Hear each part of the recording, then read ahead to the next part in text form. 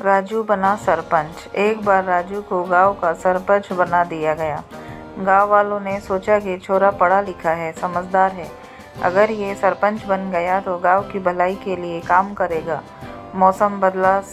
सर्दियों के आने के महीने भर पहले गांव वालों ने राजू से पूछा, सरपंच साहब इस बार सर्दी कितनी तेज पड़ेगी? राजू ने गांव वालों से कहा कि मैं आपको कल बताऊंगा। राजू तुरंत ही शहर की ओर निकल गया। वहां जाकर मौसम विभाग में पता किया तो मौसम विभाग वाले बोले, सरपंच साहब इस बार बहुत तेज सर्दी पड़ने वाली है। राजू भी दूसरे दिन गांव में आकर ऐसा ही बोल दिया। गांव वालों को विश्वास था कि अपने सरपंच साहब पढ़े लिखे हैं, शहर से पता करके आए हैं तो सही कह रहे होंगे। गांव वालों की नज़र में राजू की इज्जत और बढ़ गई। तेज सर्दी पड़ने की बात सुनकर गांव वालों ने सर्दी से बचने के लिए लकड़ियां इकट्ठी करनी शुरू कर दी। महीने भर बाद जब सर्दियों का कोई नामो निशान नहीं दिखा तो गांव वालों ने राजू से फिर पूछा।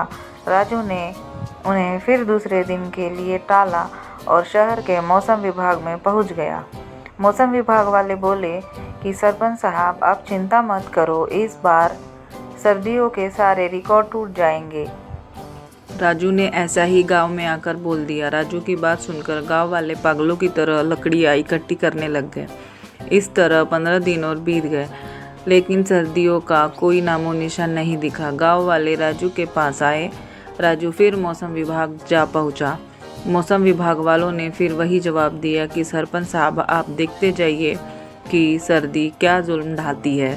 राजू फिर से गांव में जाकर ऐसा ही बोल दिया। अब तो गांव वाले सारे काम धंधे छोड़कर सिर्फ लकड़ियां इकट्ठी करने के काम में लग गए। इस तरह 15 दिन और बीत गए, लेकिन सर्दियां शुरू नहीं हुई। गांव वाले राजू को कोसने लगे। राजू ने उनसे एक दिन का वक्त और मांगा। राजू तुरंत मौसम विभाग पहुंचा तो उन्होंने फिर ये जवाब दिया कि सरपंच साहब इस बार सर्दियों के सारे रिकॉर्ड टूटने वाले हैं। अब राजू का भी धैर्य जवाब दे गया। राजू ने पूछा, आप इतने विश्वास से कैसे कह सकते हैं? मौसम विभाग वाले बोले कि सरपंच साहब हम पिछले 2 महीने से देख रहे हैं, पड़ोस के गांव वाले पागलों की तरह लकड़ियां इकट्ठी कर रहे हैं। इसका मतलब सर्दी बहुत तेज पड़ने वाली है। राजू वही चक्कर खाकर गिर गया।